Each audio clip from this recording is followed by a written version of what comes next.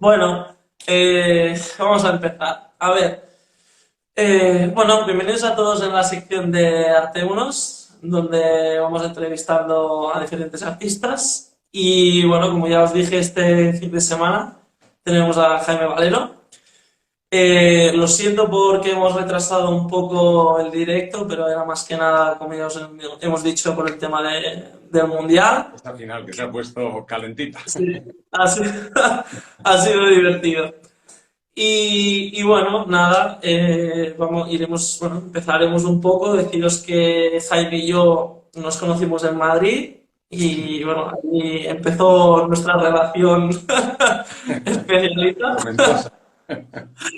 Y bueno, ya ahora iremos hablando del tema. Simplemente fue cuando yo fui a estudiar ahí con una beca, pues él tiene una academia que ya nos explicará y empecé ahí con él y bueno, pues casi que él me enseñó todo lo del principio y más. Y bueno, que todos los que no lo conocéis, de verdad que es un buen maestro, un buen pintor y diga, no, no, no, os lo digo en serio. Y bueno, y nada, vamos a empezar. Ya veo que ya se ha conectado gente y bueno, pues nos ponemos en marcha. Venga. Bueno, Jaime, a ver, primero me gustaría preguntarte, para que la gente lo sepa, cómo empezaste a pintar, si esto ya fue de aquí por hoy o cómo empezó todo. Bueno, yo creo que como a muchos de los que nos dedicamos a esto, ¿no? Desde pequeñín siempre tienes un algo que te hace que te gusta mucho dibujar y todas las cositas relacionadas con la plástica de cuando eres chaval. Y pues yo creo que como a los 13, 14 años sí fue como un giro, un pequeño paso más.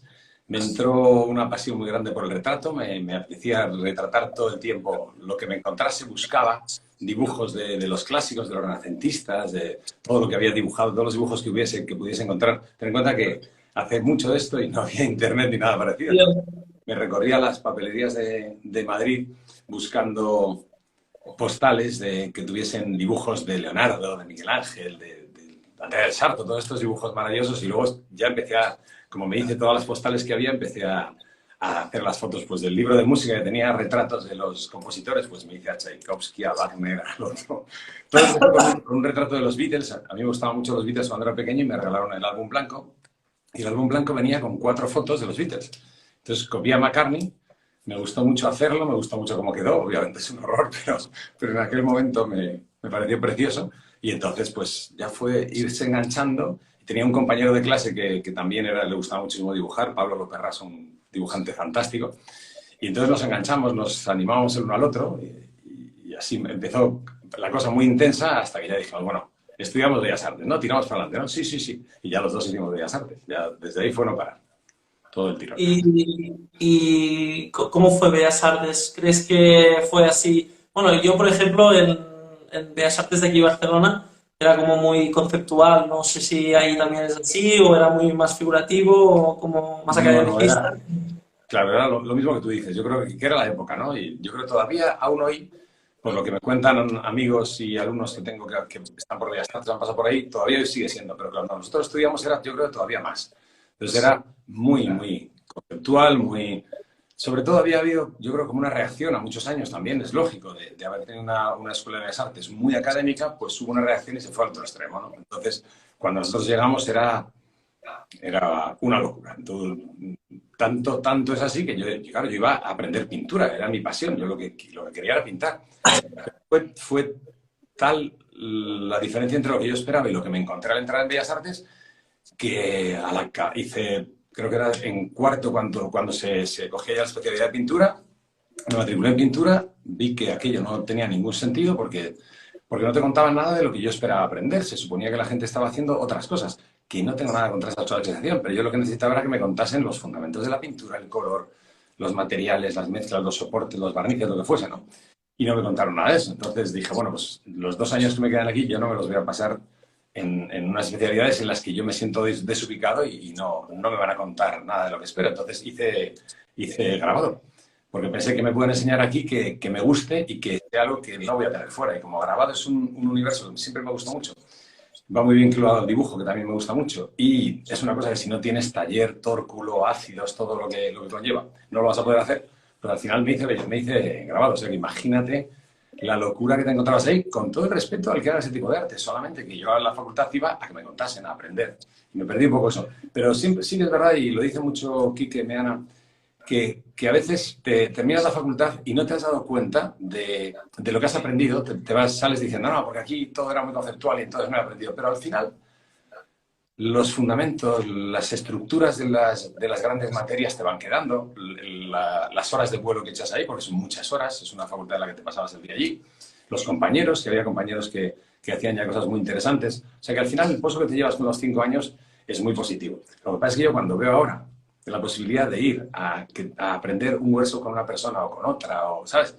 Jo, me hubiese encantado que alguien de la gente que yo admiraba, cuando yo tenía 20, 25 años, 30 años, me hubiese dicho, ven aquí, mira, esto yo lo hago así, así, ya sabes. Habría sido Sí, porque impresionante, ¿no? Pero yo, no, por ejemplo, con esto que dices, es verdad que yo lo agradezco más que nada porque, por ejemplo, yo cuando estudié en Barcelona, pues me encontraba que, bueno, era como lo que digo, como muy conceptual, los fundamentos no los trataban como los tenían que tratar, porque muchas de las cosas que yo sé ahora es lo que digo, o sea, lo que he dicho antes, yo doy las gracias primero porque cuando fui a Madrid me encontré una universidad totalmente, un mundo totalmente diferente. Yo no sé tú cuando tú estuviste, pero era como más instructiva en el sentido de que te enseñaban el color, te enseñaban un poco a pintar del natural, estabas como, no sé, y es como que todo ese mundo no me lo habían enseñado y aparte cuando te conocí a ti, porque yo cuando estaba ahí, pues es lo que digo siempre, o sea, no sabía cómo aprender más, ¿no? Y al final yo creo que todos buscamos aprender más y me ayudó mucho, me ayudaste mucho en el tema de el aprendizaje, porque aparte es lo que digo, aparte de ser un buen pintor, eres un buen profesor, y también lo de los workshops, es verdad que podemos dar gracias todos los que nos queremos dedicar a esto ahora, porque podemos ir con diferentes y siempre nos vais enseñando diferentes cosas. Y al final cogemos un poco de cada uno y nos formamos nosotros mismos también. claro, Pero, claro. claro, Eso es lo que yo creo que enriquece mucho, que tú ahora mismo puedes, ya no es solamente, no, me pongo a dar clase con esta persona, no, es que en el mismo sitio donde estoy dando yo clases, pues están dando clase Quique Meana, Eloy Morales, Vicente García de Acuarela, maravilloso, Susana Rangel, Miguel Ángel Diboski, o sea, un grupo, un plantel de pintores maravillosos que tú puedes ir pasando de uno a otro y entonces cada uno te va a enseñar el fundamento es muy parecido en todos, el color lo entendemos muy parecido, pero las mil maneras que hay de atacar el óleo, la paleta, los soportes, el medium que utilizas, las sketches y utilizas el atraso, si no, hay tal universo de posibilidades que eso, cuantas más horas de vuelo eches y más formas distintas de enfrentarte a eso vayas conociendo, son más herramientas que tú tienes en tu mochila para enfrentarte a cualquier problema que te plantee en el futuro ya. una situación de la pintura. Entonces es maravilloso. Yo creo que lo que hay ahora es una delicia. ¿Y qué fue lo que más te marcó de la universidad? Lo que dijiste, o sea, no sé, como yo tuve un profesor que eso me cautivó, ¿qué fue lo tuyo? Algo que dijiste, guau. Hombre, sí tuvimos algún profesor, siempre lo hablamos los que quedamos de aquello, bueno, Quique y yo, que quedamos de aquella jornada. Y Pero, sí, es verdad que tuvimos algún profesor que sí, sí era muy bueno. Bonatti en procedimientos era un hombre muy interesante, con unos conceptos muy interesantes. Y sobre todo Marcoida en dibujo. Fue un profesor que a mí me pareció muy bueno y nos marcó mucho. Nos enseñó mucho la estructura, el enfrentarte a un dibujo grande y perderle el miedo y dejar de perderte en cositas pequeñitas y entender toda la estructura del dibujo lo primero y ir a lo básico, ¿no? A lo que te va a crear la estructura básica del dibujo lo primero y luego ya entras en cositas, ¿no? Entonces, esas cosas que ahora te parecen, vale, sota caballo rey, cuando alguien te las asienta recién llegado a la facultad, eso vale millones, porque es la estructura sobre la que luego caminan tus dibujos y tus óleos. Entonces, Marcoira yo diría que fue el que más me marcó. Un ya. gran profesor. Y también te quería preguntar de todos los movimientos artísticos que estudiaste, ¿cuál fue el que dijiste, "Pf, pues ese me gusta, a mí me gustan los artistas que hay, me interesa, no sé"? Claro. Esa es una pregunta muy interesante, porque yo creo que esa es de las preguntas que probablemente más te pueden variar en la vida, ¿no? Porque, claro, el largo recorrido que tengo yo ya de lo que a mí me gustaba en aquel entonces, yo en aquel entonces era un enamorado de lo clásico. A mí la escultura clásica, el dibujo renacentista, la pintura renacentista me parecían maravillosas, la escultura de Miguel Ángel, el barroco, Bernini. Esto eran animales que me parecían maravillosos. Por supuesto, luego, y por encima de todo, te encuentras a Velázquez, que yo creo que es que eso sencillamente lo colapsa todo. Entonces, sí, yo creo que el barroco sería, yo creo, el movimiento que para mí ha dado el mayor grupo de pintores potentes, ¿no? Velázquez, Rembrandt, Caravaggio, tienes distintas formas de enfrentarte y yo creo que estructuralmente son los pintores más sólidos para mí. Yo creo que luego ha habido muchísimos movimientos muy interesantes, pero para mí ese es para mí es como el primer gran movimiento, porque el Renacimiento me parece maravilloso, pero el Renacimiento me parece que es un poco como empezar, porque en la escultura sí va mucho más arriba, pero la pintura yo creo que es como que sienta las bases, pero los grandes pintores del Renacimiento para mí todavía están lejos de los grandes del barroco, que yo creo que son las bestias que ya se coronan. Y luego, aunque va a haber muchos movimientos, yo ya saltaría casi a la figuración contemporánea. Lo siguiente me parece buenísimo. Es una broma, pero lo digo en serio, es un movimiento maravilloso que el día que se conozca va a ser la caña, porque hay una gente haciendo unas cosas impresionantes, pero poco a poco lo vamos a ir sacando. Pero me sorprende que me digas, es que a ver, a mí por ejemplo sí que me gusta el barroco, pero ya sabes que yo pues utilizo, a ver, yo utilizo como, mis pinturas son como más tétricas y con contrastes de luz Sí, sí. fuertes, pero lo que me sorprende es que con tu pintura, porque yo, bueno, ya toda la gente que vaya viendo su pintura, es como la temática esta del agua que utilizas, que es como Claro. muy bella, muy armónica, y el barroco es como más no sé cómo explicarlo, como más duro, ¿no? Las temáticas, no sé. Me Claro, sorprende, me claro. sorprende. Entiendo perfectamente lo que dices. Es que, claro, es que es muy interesante porque a mí siempre me dicen, ¿qué pintor es el pintor en el que te fijas o incluso qué movimiento? Y claro, si yo te digo que a mí la gente que más me interesa en la pintura, los que yo considero los referentes, la gente que cada vez que las veo me parecen todavía mejores, para mí son Rembrandt un poco, y luego hay dos o tres pintores por ahí sueltos que me apasionan. Sargent me gusta muchísimo, Leonardo tiene unas cosas maravillosas, pero sobre todo son Velázquez y Antonio López. Y si tú te acercas a mi pintura, no se parece nada ni a la de Velázquez ni a la de Antonio López. Entonces, ¿cómo dices esto? Pues yo creo que es porque un poco, yo creo que las influencias, salvo que uno tenga una influencia muy marcada, de estas que se ve, ¿no? Pues a mí es que me gustaba este y haces cosas muy parecidas. La influencia yo creo que es una cosa mucho más profunda, mucho más de fondo. O sea, a mí lo que me vuelve loco de Velázquez o de Antonio López al ir a ver sus exposiciones, sus cuadros en vivo, es todo lo que está pasando ahí. Cómo se enfrentan al cuadro, la forma en la que lo resuelven.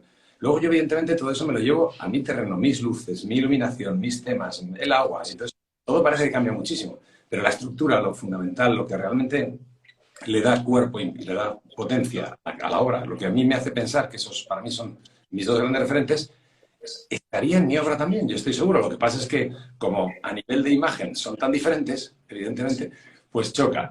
Pero yo creo que está ahí, porque el barroco para mí lo que es la comprensión del cuadro como un todo. Para mí, te pones delante de las hilanderas y se ha pintado muchísima pintura estupenda antes y se va a pintar mucha muy buena después. Pero absolutamente nada va a hacer que el aire del cuadro, que las figuras del cuadro, que todo lo que hay dentro de esa imagen se relacione de una forma tan increíble.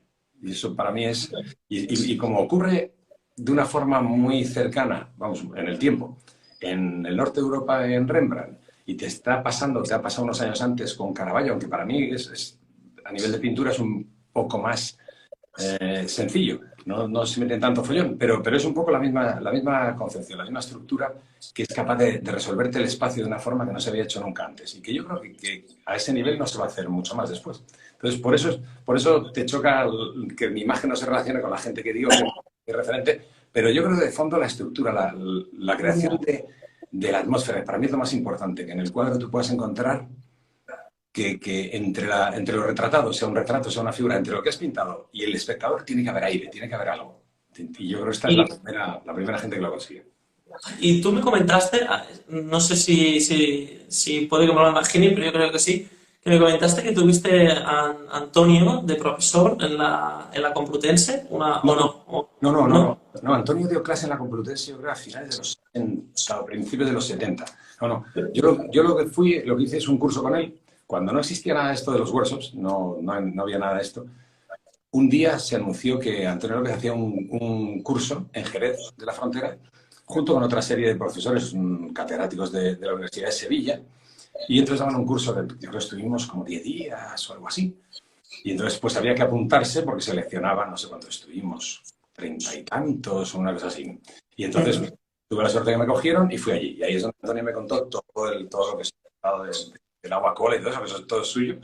Y fue fantástico descubrirle como persona y que nos contase las cosas que nos contaba. Ibas al curso más que a otra cosa a verle y a enseñarle tus cuadros y que te Sí. destrozase. Ya, ya, La crítica ya, cañeros. ya sé lo que es. Sí.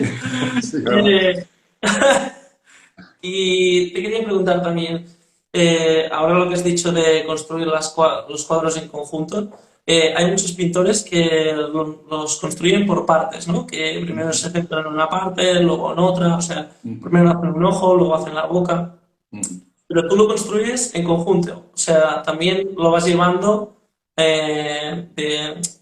o sea, de principio a fin, es decir, no vas por partes, ¿no? Tú. Eso es. Sí, sí, yo tanto el dibujo como el óleo lo trabajo de la misma manera. Como tú has dicho, yo tengo compañeros que hacen fantástico un primer ataque al cuadro y van de arriba abajo, recorriendo el cuadro. Y el cuadro, luego pueden aplicar alguna veladura, pueden hacer algo más, pero el cuadro queda muy resuelto en la primera pasada. Y yo trabajo muy distinto. A mí lo que me gusta es una primera pasada en la que coloco lo esencial, lo estructural. Si es un retrato, pues lo que busco es que esa persona esté ahí, que esa mirada esté ahí, que ese gesto esté ahí, que tenga la solidez de cada rasgo, de la nariz, de la barbilla, de todo. Y cuando está bien hecho, en ese primer ataque yo rebajo mucho el color, la intensidad de la luz y de las sombras, todo se queda más en medios tonos y desde ahí, a base de transparencias, va subiendo el cuadro, va haciéndose cada vez más contrastado, más potente, más luminoso, más luz, más color, hasta que coronas al final. Entonces, esa construcción para mí, que es la misma que hago un dibujo, es poco a poco, pero de una manera muy equilibrada, es la que me funciona. Que eso sí que se lo he visto en el proceso del cuadro Antonio López, que una vez compré El Sol del Membrillo, El libro. el DVD, y venía un extra, porque era una edición especial, venía con un extra, con otro CD, otro DVD, en el que había 5 momentos o 5 cuadros de él trabajando. Y ahí me encantó ver que él, claro, un proceso de trabajo, por ejemplo, de un urbano es una cosa preciosa, porque al principio pone el cuadro de 2,5 metros ahí, se pone, entorna los ojitos y se pone a hacer una mancha, toda una mancha, completamente mezclada, cielo, donde está el horizonte, mete un azul, luego, pero todo como si fuese un abstracto completamente. Termina, sitúa los elementos siguientes con el dibujo, vuelve a meter, entonces va achicando cada vez más las estructuras hasta que llega al nivel de definición que él quiera, según la zona del cuadro. Pero me pareció muy interesante porque también hace crecer el cuadro de una forma armónica, de una forma con sucesivas capas, no de norte a sur, ¿sabes? Entonces me hizo ilusión que lo hiciese también así. Ojalá pudiese ver cómo los hacía Velázquez, que me encantaría. Y bueno, ahora seguiremos con el tema con cómo construir un cuadro, ¿eh? Pero quería preguntarte, bueno, una cosa, los que estáis viendo el directo, podéis preguntar cosas que iré interrumpiendo si tenéis alguna pregunta para que la conteste Jaime, Encantado, ¿vale? encantado. Eh, la cuestión es que, ¿cómo es que, o sea, cuándo decidiste hacer que los cuadros fueran de temática siempre de agua o estuviera como muy presente el tema del agua? ¿Cómo es? ¿Por qué? O sea, ¿qué es que te llena tanto el agua? Pues la verdad es que la respuesta a esa pregunta a mí lo que me encanta es que no la tengo. O sea, en realidad no ocurre nada que me haga. No es una cosa que yo razono, ni algo que un día veo una cosa y me llama. Yo me fui a vivir a Estados Unidos, mi mujer es norteamericana, estadounidense, y entonces nos fuimos a vivir a principios del año del 2000. Fuimos a vivir unos años a Estados Unidos y en esa época, de una forma muy muy suave, pero muy imparable, me va cautivando la vida cotidiana del agua, porque el agua tú la ves al salir de la ducha, al estar en una piscina, al lavarte por las mañanas la cara, solamente lavarte la cara y ver lo que se produce en tu cara, la caída del agua, las manos mojadas. luego sales de la ducha, estás con toda la cabeza y el cuerpo mojado. Y entonces yo miraba, y, joder, esto es aquí hay un potencial impresionante. Aquí los colores mm, son otro universo. Además, me atraía muchísimo el cuerpo y ese entorno de intimidad que da el baño, ¿no? Tanto en la ducha como en la bañera. No sé, me empezó a crear un universo precioso y entonces empecé a entrar ahí poco a poco y fue como un amor a primera vista. Y cuando hice los primeros temas, me empezó a gustar muchísimo y entonces era un universo muy abierto, porque claro, empiezas por ahí, pero luego empecé a hacer fotos para trabajar después en el mar, con las olas en movimiento, en una piscina, que te produce unos azules de fondo del agua alucinantes, con la figura en movimiento, con la figura quieta, con el agua en movimiento, con el agua quieta, debajo del agua, a medio hundirse, con los reflejos en el agua. Entonces, me pareció Ya. fantástico y ahí llevo enganchado 30, perdón, me he pasado 20 años, 30 añitos y en la gloria. Pero no te sé decir por qué, es una cosa de esas, es una necesidad. De vez en cuando he hecho alguna cosita ahora sin agua, como decía José Manuel en fiesta, me decía, a ver si algún día sales de la ducha. Y ando saliendo un poco, pero Bueno, todavía ahora el que vi que me gustó mucho fue el que estaba en el MEAM, que era como, era tu mujer, en la cama, bueno, ese que era me como gusta. muy oscuro, con esa luz. Bueno, ese a mí me flipó, o sea, de Te agradezco verdad. mucho porque ese cuadro es como un retorno al desnudo. Llevaba mucho tiempo haciendo más retrato y el desnudo solamente lo había hecho como en algún dibujo y en algún apunte. Y me apetecía mucho volver al óleo con el desnudo y entonces ha sido como la vuelta. Y ahora estoy preparando otros dos porque me ha gustado mucho, me lo he pasado muy bien. También es de los primeros cuadros en los que estoy rompiendo un poco literalmente, ¿no? Porque la ruptura de la estructura, que es una cosa que me ha pedido mucho en los últimos años, la necesidad de que el cuadro no quede tan cerrado, que se rompa, lo llevo haciendo ya bastantes años en dibujo, pero en el óleo me estaba costando más. El proceso es más difícil, más complicado por la complejidad del color y además yo soy muy lento, a mí me cuesta mucho asimilar. Entonces, me ha llevado más tiempo y digamos que ese desnudo junto con un par de retratos que había también en el MEM son de las primeras cosas en las que ya me estoy sintiendo cómodo rompiendo en el óleo. Entonces ahora lo que estoy haciendo son dos dípticos, uno en blanco y negro y otro en color, de desnudo, rompiendo, o sea, siguiendo en esa línea del desnudo. Ya. A ver qué sale. Yo, a ver, yo no, no nos patrocina, ¿eh? Pero ya que te gusta el tema tanto del agua, te recomiendo que vayas a ver Avatar, la última que han sacado Ah, mira. del agua. La Ah, fui a ver ayer, impresionante, o sea, los colores del agua, es un pues mundo. te agradezco el consejo, iré mucho, iré porque yo creo que vivimos en una cultura, nuestra cultura es de imágenes, entonces vivimos muchísimo de lo que estamos viendo todo el tiempo. Entonces, para mí es muy importante los libros que lees, las películas que ves, las series, todo, porque al final todo eso es lo que te está generando un universo de imágenes que es lo que luego tú sacas, una vez que ha pasado por tu trituradora personal, sacas en la forma que sea, ¿no? Entonces yo creo que es importantísimo tener muy buena alimentación, ¿no? Y leer buenos libros, ver buenas películas, o sea que te lo agradezco, la veré sin falta. Y yo me acuerdo cuando estuviste en la escala que hiciste el taller este de pintura. No me Me olvido. acuerdo un momento que, bueno, estábamos con mi pareja y tú, estábamos caminando tranquilamente, porque me acuerdo y me hizo gracia. Y me dice un momento tal, me dice ahí. Y coge el móvil y se va ahí, debajo de las piedras, o sea, él solo a hacer fotos con el móvil. Eso fue.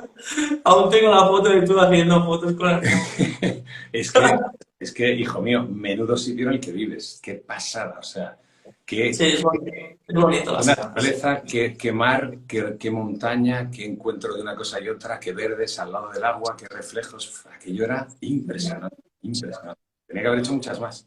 Qué maravilla de sitio. Y te quería preguntar, ¿cuánto tiempo tardas en hacer un cuadro tú? ¿Y si trabajas con varios o solo trabajas con uno y cuando terminas haces más? ¿O cómo es? ¿Cómo lo haces? A mí me gusta tener siempre muchos cuadros rotando, muchos, porque eh, primero me saturan los cuadros, no sé si te pasa a ti, pero cuando llevas mucho tiempo trabajando con un cuadro llega un momento en que tú no ves las cosas bien, ya estás cansado de, de meterte y ya entras en bucles en los que a lo mejor estás haciendo cosas que ya no va a ver nadie, te pegas 2 días enteros en una cosa que a lo mejor no tiene importancia porque no tienes la frescura de salirte del cuadro. Entonces, por un lado, por eso, porque me interesa refrescar cada poco la imagen que estoy trabajando. Y por otro, porque la forma en la que yo trabajo, la primera sesión la hago solo con trementina, para que sea una sesión densa, con una buena capa de pintura y que tape el dibujo preparatorio y que sea sólida. ¿Vale? Y luego ya son todo transparencia. Entonces las transparencias son aplicando mínima cantidad de aceite en la superficie que voy a trabajar y metiendo ahí luego toda la carga para que así se vaya quedando medio transparente, más o menos transparente según te interese la zona. Pero eso implica que lo que necesitas es que una vez que terminas esa sesión, que puede ser un día o dos, en una sola sesión, sin parar, pero cuando la termines tiene que secar completamente. Entonces, para mí es muy importante coger ese cuadro, lo dejo en un ladito, me cojo otro y ese se va secando. Y entonces, no es que tenga dos rotando, pues se tiene que secar. Tengo 5 o 6, así cuando vuelvo al que había... Cuando vuelvo a recuperar un cuadro, a lo mejor hace 4 que lo dejé. Es decir, a lo mejor hace 6 días, 8 días. Entonces, me viene muy bien porque me oxigena mucho a nivel de verlo, Ya. porque además está completamente seco. Entonces, en ese sentido, para mí es fundamental eso. ¿Y cuánto tiempo tardas o Ah, cuánto crees que tardas en un cuadro? yo creo que el tiempo, fíjate, yo creo que cada vez bastante menos. Pues claro, al principio la pintura lo que tiene es, sobre todo nuestra pintura, cuando tú haces una pintura analítica en la que vas buscando mucha riqueza de matices, quieres que la cosa tenga, porque a mí me gusta mucho el primer impacto que crea una imagen, que tú te acerques y digas, me está llamando, tiene mucha fuerza, pero luego me gusta mucho y me interesa mucho que tú te acerques al cuadro y que lo que esté pasando ahí sea muy interesante también, que se den matices en la cercanía, cuando tú te acerques haya mucha textura, mucha riqueza.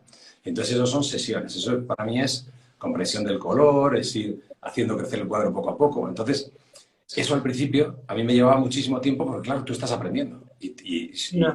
como el proceso tuyo de trabajo te exige resultados muy potentes, ¿Elaborar? trabajados, muy elaborados, claro, si a eso le sumas que al principio no vas tan seguro y tú das bandazos y de repente en un sitio te pasas de frenada y tienes que volver, tienes que recuperar. Entonces, al principio a lo mejor un cuadro me podía llevar, yo creo que por lo menos 2 meses o una cosa así, o 2 meses y pico. Ahora no. Ahora, como el cuadro, cada vez tú tienes más claro lo que tienes que hacer, cada vez tienes más seguro los colores, la cantidad de pintura que tienes que poner, comprendes mejor las transiciones, cómo las tienes que resolver.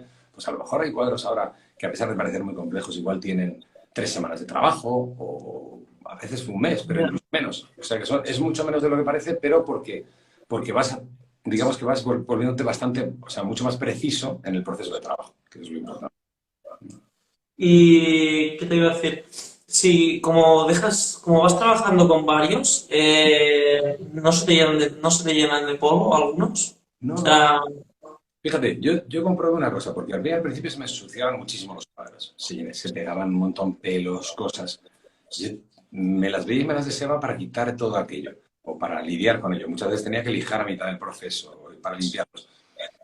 Yo creo que desde que uso solamente aceite, yo empecé utilizando como medium la mezcla esta tradicional, que no me acuerdo cómo se llamaba, que era, quiero recordar que era 65-15-20 de sí, trementina, aceite y barniz, ¿no? Barniz y aceite. Entonces, empecé con esa mezcla, pero claro, como yo hacía muchas capas, lo que me pasaba era que la trementina se evapora, el aceite se va con el tiempo, tarda más, pero se va también, y lo que te va quedando son capas de barniz. Entonces, se me iba volviendo la superficie muy plástica y a medida que yo avanzaba se volvía más desagradable para trabajar. Entonces quité el barniz. Me quedé con trementina y aceite. Pero la trementina es un disolvente. Entonces, aunque yo lo diese con aceite y aunque el cuadro estuviese ya seco, al hacer varias pasadas con esa mezcla una y otra vez, me di cuenta de que acababa alterando la última o últimas sesiones de transparencias que había dado antes. Con lo cual era contraproducente. Yo me estoy cargando lo que he hecho a la vez que incorporo. Entonces, un día hablando con Ismael Fuentes, un grandísimo pintor y gran amigo de Valencia, me dijo, Jaime, ¿por qué no utilizas el óleo, el aceite solo? Que es lo que usaban un montón de clásicos. Digo, sí. pues, pero solo, sí, sí, solo. Y funciona. Digo, pues, claro, es el medio natural del óleo. Digo, pues ni lo había oído en aquel entonces. Tú fíjate, llevaba ya pintando ni sé los años. Entonces empecé hace ya, pues por lo menos 12 años o algo así, a pintar solo con aceite. Y desde entonces todas las sesiones siguientes son solo con aceite y te da unos resultados maravillosos. Estoy comodísimo ahí. Entonces, Pero ahí no se te engancha el polvo, o sea, para no, nada. ay, perdóname, si era por el polvo. Nada, nada. Desde entonces, desde que estoy usando esto, sencillamente yo los cuadros los dejo en vertical, en el estudio, y no tengo ningún problema. Es más, el único momento en el que tengo que tener cuidado es cuando barnizo, que ahí es donde sí se te pueden pegar cositas. Porque yo creo, a la conclusión a la que llegué es que lo que realmente atrae y pega las cosas es sobre todo el barniz. Porque yo con el aceite solo, y si se queda algo, se queda muy suave, entonces se puede quitar. Es verdad que para mí lo fundamental es que los pinceles no suelten pelo, que eso es muy importante, porque antes tenía unos pinceles que soltaban más pelo y me los encontraba ahí muchas veces. ¿Te acuerdas de que usábamos de Jaque?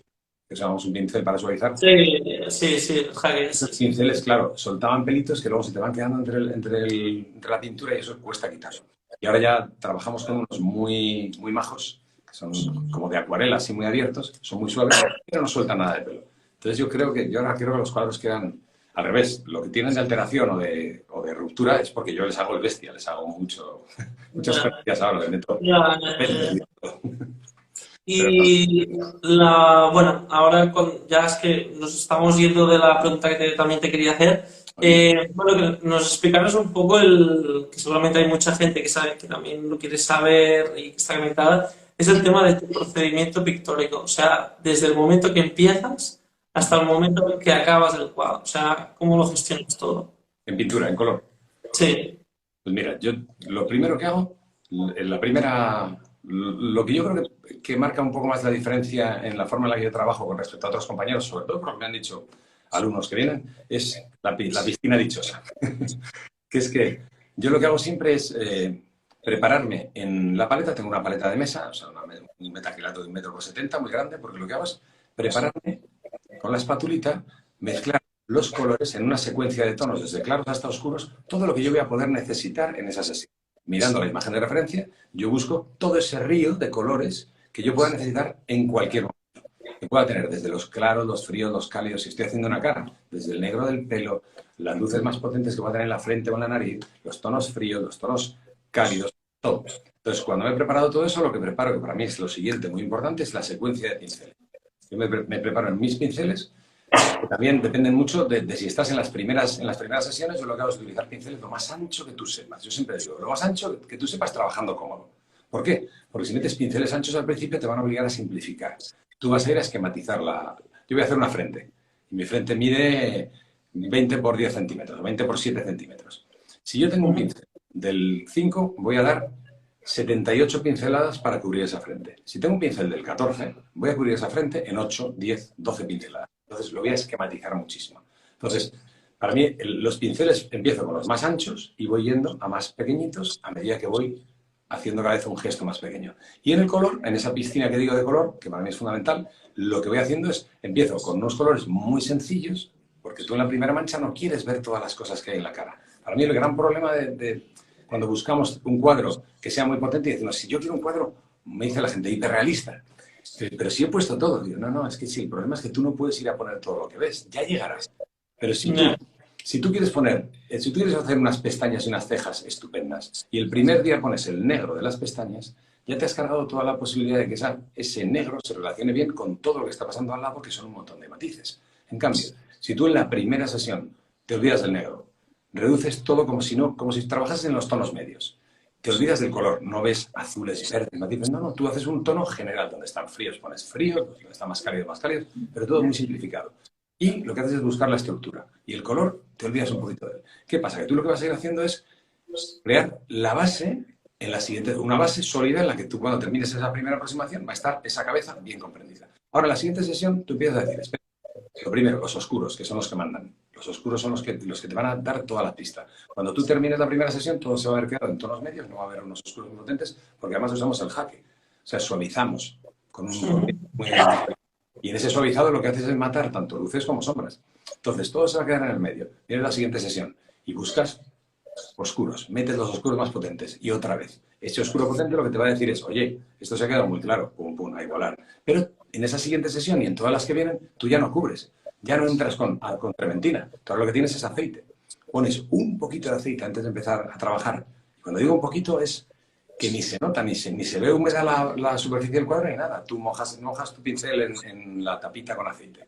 Le quitas con un papel de cocina todo el aceite del pincel. Y cuando parece que no tiene nada, pasas un poquito por donde vas a trabajar y ya es más que suficiente. Porque yo al principio ponía mucho aceite y es un error. Luego te crea todos los problemas. Entonces, te aporta lo mismo metiendo muy poquito aceite y funciona de maravilla.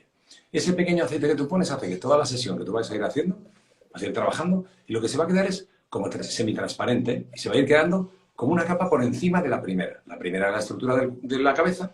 La siguiente, esa transparencia que tú has creado, es como una lámina que pusieses con información de color, de luz, de oscuro, pero que no te tapa lo que había, a no ser que tú tengas que corregir algún error, pero si no, no tapas. Tú solamente enriqueces, dejas secar, vuelves a otra sesión, el aceite, lo mismo otra vez, pasa otro poquito, otra vez.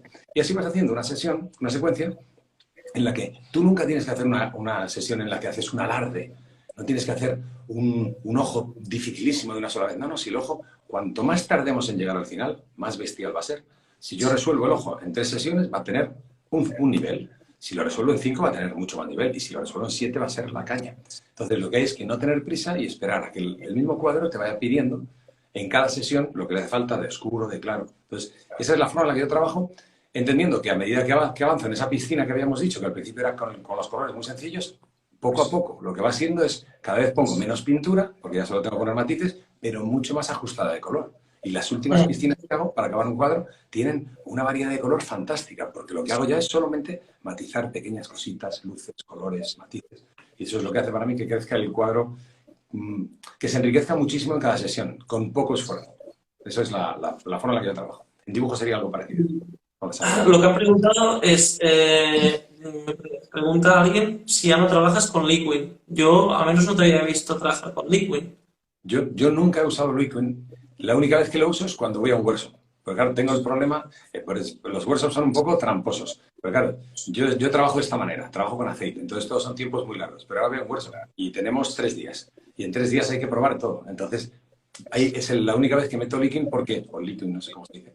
Porque lo que necesito es que si llega un viernes, que el sábado esté seco. Y lo que trabajemos el sábado, que el domingo esté seco. ¿Para qué? Para poder probar esa segunda forma de trabajar en húmedo, poniendo el aceite. Si no se me ha secado, no podría hacerlo. Entonces, por eso uso Liquid. Pero si no, yo nunca utilizaría Liquid, no porque se funcione mal, ¿eh?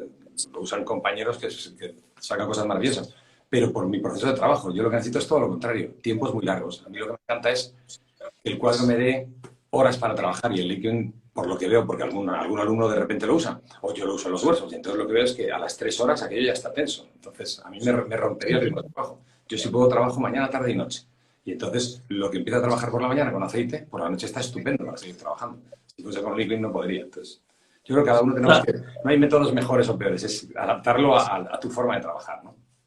Claro, es que yo, por ejemplo, con mi forma de trabajar, yo al principio pintaba de la forma que me enseñaste y hay cosas que, por ejemplo, he variado porque me siento más cómodo, por ejemplo, en la primera mancha, que haya más materia, ¿no? O sea, no sé cómo explicarlo, pero que no sea tan como una primera capa así como muy acuarelable, ¿no? Sino como más ya una capa más matérica y luego ya encima trabajar unas 2 capas más como máximo y llevarlo hasta ahí. Claro, claro. Pero es lo que tú dices. Claro, a lo mejor a ti, con esos tiempos y con esa forma de trabajar, te funciona mucho mejor el Liquid. No lo sé, no sé cuál utilizas, pero claro, podría ser. Claro, yo soy No, de... yo utilizo, Claro, utilizo más el medium, ¿eh? Porque el liquid te puede traer algunos problemas si no lo sabes utilizar bien. O sea, yo al menos con la experiencia que he tenido con el liquid, hay un artista que sí que lo trabaja bastante bien que es Eloy Morales, que creo que lo trabaja con liquid, claro, que trabaja muy bien con él. claro, claro. Eh, y lo que te quería preguntar también es el tema de materiales, porque seguramente también la gente lo quiere saber. ¿Qué materiales utilizas aparte del aceite como medio? Nada más. Yo lo único que utilizo es en la primera sesión la trementina. En vez del aceite uso la trementina. ¿Por qué? Porque en la primera sesión yo lo que quiero es una capa sólida de pintura que me cubra completamente el dibujo preparatorio y me cree una base sobre la que luego meter todas las veladuras, las transparencias que yo ponga. Entonces, esa primera no quiero que sea transparente, que es lo que me va a aportar el aceite. Entonces, la primera, trementina solo. Y que sea densa, pero a mí me gusta que fluya. Porque yo lo que quiero es que la pincelada se pueda montar una sobre otra, ¿de acuerdo? La pincelada se tiene que solapar. Porque esa es la forma, cuando tú tienes, bueno, probablemente lo más importante en la primera sesión para mí es que lleves buena carga de pintura en los pinceles. Generalmente, cuando alguien todavía se siente inseguro en el óleo, el error que cometemos siempre, yo lo he cometido durante años, es como tengo miedo, voy con poca carga en mis pinceles.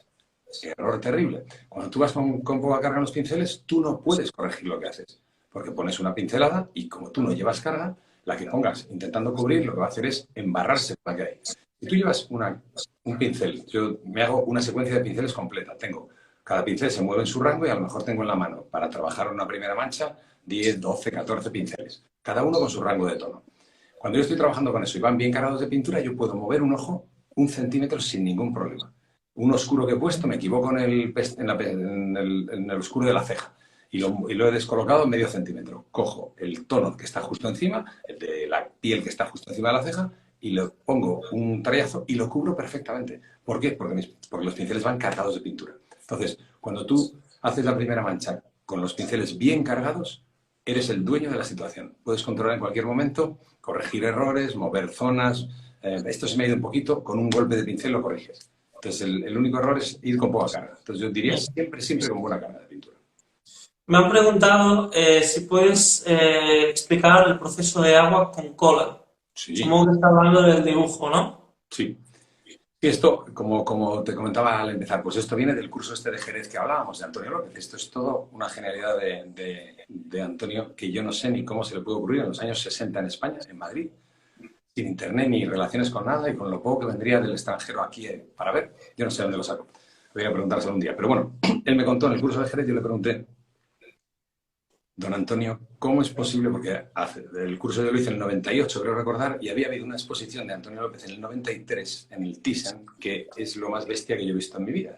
A mí las Sí, veces yo también lo he visto. que más me ha cambiado, eso fue una cosa increíble. No sé las veces que la vi. Entonces, en esa exposición había un montón de dibujos suyos maravillosos, pero en esos dibujos, que en la etiqueta ponía grafito sobre papel o lápiz sobre papel, tú no veías ningún resto de trazado de dibujo del lápiz y además en algunos sitios veías como un poquito como la rebaba que deja una acuarela. Y decía, pero bueno, ¿y esto? Entonces le pregunté cómo era eso y entonces él muy amable me dijo, mira, yo lo que utilizo es cuando el dibujo está en un punto equilibrado, pero no oscuro, en un puntito así, en grises todavía, pero muy equilibrado todo, preparo una mezcla de agua con cola en una proporción de 1 de cola y 7 de agua. Entonces lo remuevo todo bien y lo aplico sobre el dibujo.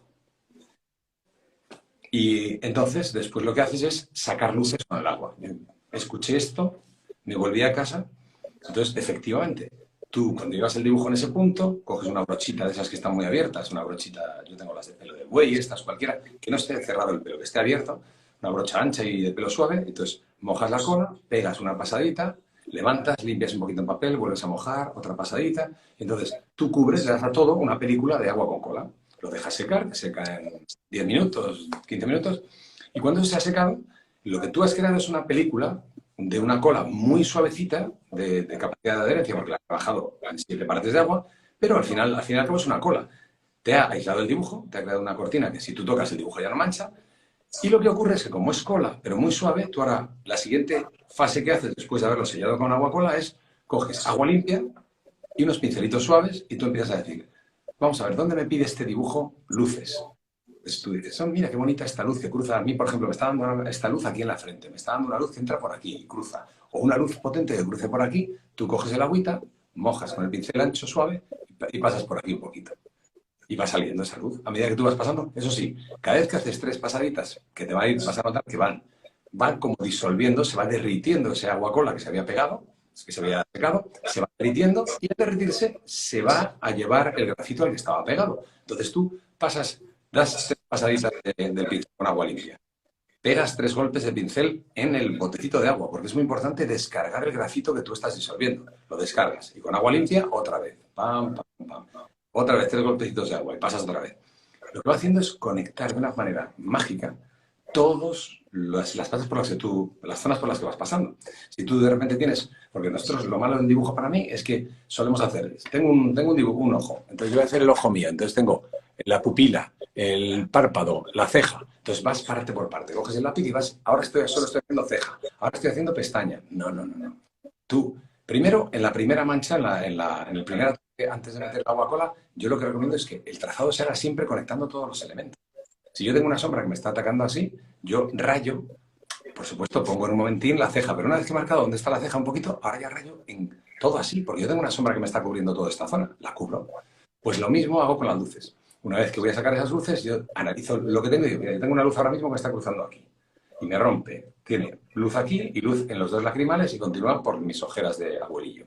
Pues mojas el agua, metes el pincel por ahí, vuelves a mojar, metes otra vez, y lo que va a pasar es que te crea una conexión preciosa de todos los elementos. El que lo haga, el que no lo ha hecho, no lo ha hecho nunca. Y lo haga, va a alucinar, porque lo que te hace es conectar de una forma mágica todos los elementos, suavizar muchísimo las durezas que nos ha ido creando el dibujo a la medida que lo avanzamos, y luego, que tú ahora quieres, espera, que es que ahora tengo una luz aquí, en el párpado, aquí. Esta sí la quiero puntual en su sitio. O sea, coges un pincel pequeñito y haces lo mismo aquí. Poquito a poco, pam, mojar otra vez, toquecitos, otra vez, y va saliendo la luz que tú quieres, pero en lugar de ser la luz que te provoca una goma, que es una luz agresiva, porque tú para que la goma se lleve algo tienes que mover. Entonces ya estás primero agrediendo al papel y luego moviéndolo. Mientras que el agua no, el agua tú mojas, tocas un poquito, mojas un poquito. Te va a ir abriendo una luz preciosa. Entonces te conecta todo de una manera mágica. Una vez que tú has sacado todas las luces que te puedas ver en la cara que te interesan, tú siempre estás pensando en la próxima sesión. Entonces dices, vale, aquí me preparo esta luz para cuando venga ahora con el lápiz, vale.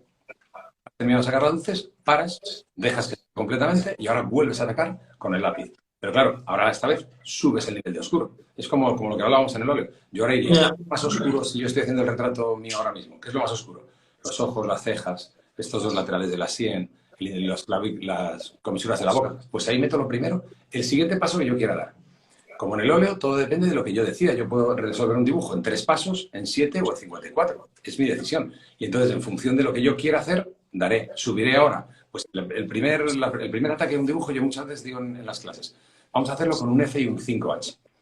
Porque los duros del lápiz son importantísimos. La H es importantísima. Cuando nos compran una lata de lapiceritos de estas que regalan a los niños, suelen venir HB, 2B, 3B, 4B, 5B, 8B, 8B y 24B. Digo, ya, ¿y los Hs? Porque toda la parte luminosa de la cara que tú vayas a hacer, tú la tienes que resolver con lápices duros, lápices que manchen muy poco, que metan muy poco grafito, porque si no, lo que vas a hacer es embarrar el dibujo. Entonces, primer ataque con un 5H y un F. Porque no necesitas más. En toda la zona iluminada de una cara, cuando tú estés dibujando, tú lo que vas a querer es que al final eso esté muy limpio. Porque tu blanco va a ser el blanco del papel. Entonces, cuanto menos grafito metas en las zonas de luz, más bestial va a ser el dibujo al final. Entonces, has acabado tu primera sesión, la siguiente sesión, ¿cuánto quiero subir? Pues si estaba en un F lo más duro, ahora que pongo un 2B, un 4B, y luego puedo empezar a meter lo que usábamos, ¿te acuerdas? El Pierre Noir, o sea, el carbón prensado, que tienes de muchas marcas. Y luego puedes empezar a meter carbones todavía más cañeros. Entonces, la gama de oscuro la puedes abrir mucho. Pero la base de todo va a ser el grafito. Entonces, lo importante es que el grafito esté puesto ahí con mucha tranquilidad. Entonces, esa es la secuencia. Meto grises y oscuros, paro, sello con el agua cola, paro, espero que seque, saco las luces, todas las que quiera, paro y vuelvo a meter el grafito más oscuro. Y así hasta que llegue al final, que cuando llegas al final no se ha acabado. Se ha acabado si tú quieres, pero si quieres puedes volver adelante, atrás. Porque lo bonito de esta forma de trabajar es que a la vez que vas quitando vas poniendo. Entonces puedes estar mucho tiempo yendo y viniendo. Y cuantas más veces vayas y vengas, si vas con cuidado y no te pasas de oscuros en los claros, más rico en matices te va a quedar el dibujo. Y lo que preguntan es luego cuando acabas, ¿cómo lo barnizas o cómo lo haces? Es que es lo que han preguntado, que si utilizas un barniz para Sí, sí. protegerlo. El dibujo o lo te entiendo que el dibujo, ¿no? El Sí. dibujo. Esto es otra cosa muy interesante que descubrí con el tiempo. La forma de Antonio de aislar con agua cola, además de producir todo esto que os he contado, que es una delicia, además tiene una cosa muy peculiar, que es que esta mezcla es agua con cola. Entonces, yo no sé nada de química, pero lo que sé es que cuando tú has dado esta capa, lo que pongas encima que se mezcle con aceite con trementina queda completamente independiente. Me explico. Tú terminas el dibujo y dices, aquí he terminado. ¿Qué le voy a hacer? Porque habréis observado que el grafito se te va a quedar en muchos sitios en grises metálicos, que no son nada bonitos, y el carboncillo que tú das, que yo muchas veces doy con aguada, con agua cola, que ahora os cuento cómo, que es muy interesante. Pero claro, cuando tú lo das mojado es bestial el negro, pero cuando se seca, ¡pum!, se queda gris. ¿Qué es lo que pasa? Que yo decía, yo quiero conseguir que este negro vuelva a tener toda la fuerza que tenía cuando yo le he dado con el agua. Y me lo pierdo. Entonces, probé con fijadores, no había manera, y digo, ¿qué es lo único que me devuelve a mí el color en un óleo? El barniz de óleo. Pues vamos a ver qué pasa dándole barniz de óleo a un dibujo. Entonces, tú terminas tu dibujo, le has metido grafito, carboncillo, carbón prensado, lo que tú quieras, que ahora hablamos de toda la gama de negros que hay. Lo que haces es meterle una última capa de agua con cola a todo, ¿vale? Una capa simpática, sin maja de agua con cola, dejas que seque y cuando eso ha secado, tú coges barniz. A mí me gusta el de spray, porque lo puedo dar mucho más controlado y donde quiero doy poco y donde quiero doy más, ¿vale? Entonces yo cojo el barniz de spray, de óleo, el de retoque, de toda la vida. Yo lo uso de Franco o de Winsor & Newton porque me gusta mucho el punto de brillo que tienen. Un alumno muy amigo que hace unos temas de agua, Pablo, que es una máquina, descubrió que el de Sennelier da unos brillos mucho más potentes y entonces si a alguien le interesa un brillo más potente por la temática o por lo que sea, el de Sennelier te deja un nivel de brillo muy bonito. Si no, estos dos, y tú le das el barniz por encima y lo que te hace es, te recupera toda la fuerza de los negros. Los negros se quedan como si los hubieses dado en húmedo. Es bestial. Entonces, los carbones potentes que das, si tú has trabajado con un Pierre Noir o si trabajas, que me lo recomendó mi gran amigo Vicente Romero, con algunas barras de pastel que son unos negros intensísimos, la de Sennelier o la de Giraud, que son fantásticos, dan un negro tremendo. Esos negros, cuando tú das el barniz final, cogen una fuerza alucinante, parecen de un grabado. Es fantástico. Y además, lo que tienes en este momento es que el cuadro está tan protegido como un óleo.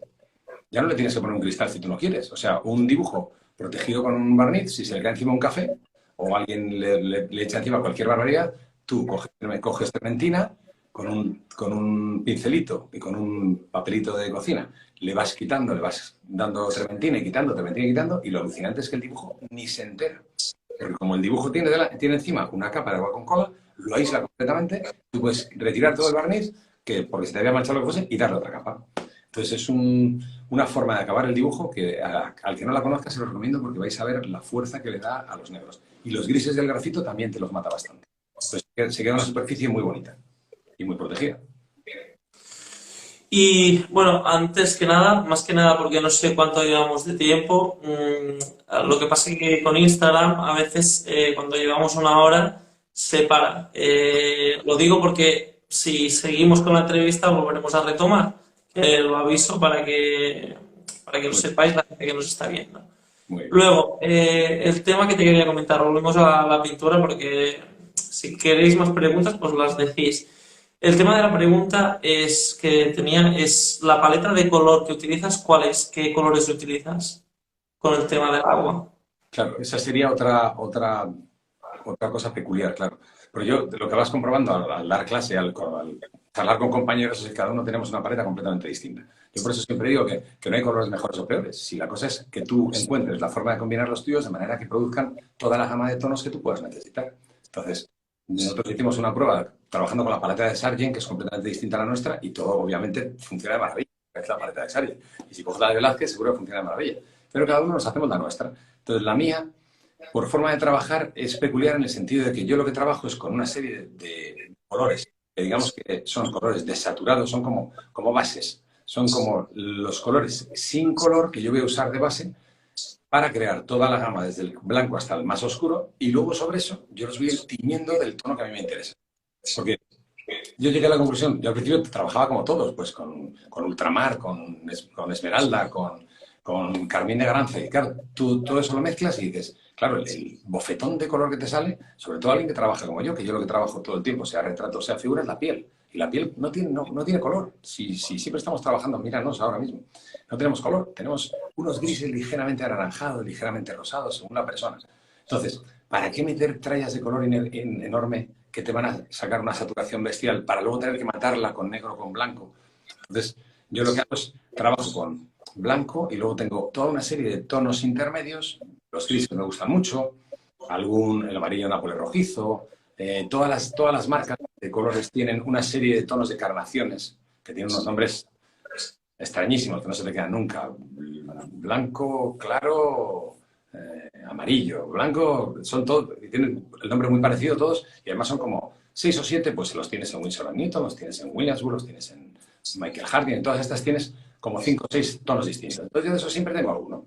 ¿Qué es lo que haces? Pues en función de lo que tú estés trabajando, si estás trabajando de frente a un cuadro, yo he hecho cuadros del agua en la piscina, que en las caras de las personas y el pelo había violetas, verdes, azules, pero con color, a lo bestia. Entonces en esa piscina yo me pondría esos medios tonos, esos mezcladores, un poquito con colores un poco más intensos. Y si estoy haciendo ahora un retrato tuyo o mío con el poco tono de piel que tenemos ahora mismo, pues pondría unos más bajitos. Pero eso es como digamos, como la parte con la que voy a hacer la base, ¿vale? Y luego lo que tengo son, para mí, los colores buenos, que son los que son colores muy limpios, muy potentes, que son los que me van a teñir esos tonos medios, los grises, del color que yo quiero. Y entonces ahí tengo 3 grupos.